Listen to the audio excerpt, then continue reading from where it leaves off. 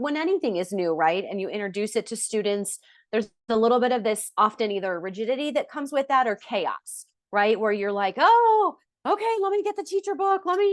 We're doing something new, right? You might kind of go to that chaotic side where you're not really prepared or not focused on what you're doing, or you get really rigid where you're like, okay, everybody quiet. We're going to take some deep breaths, right? And you have that more rigid approach.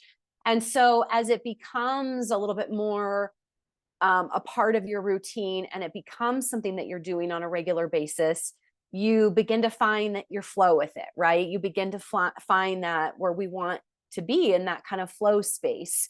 And the kids feel that too, where they feel like they have a little bit more freedom, right? To express themselves in the way they need to, or to do mindful coloring, or to do breathing, to stand up or to sit down. So it becomes this really nice, more fluid approach as you get used to it and as it becomes more of a routine in the classroom.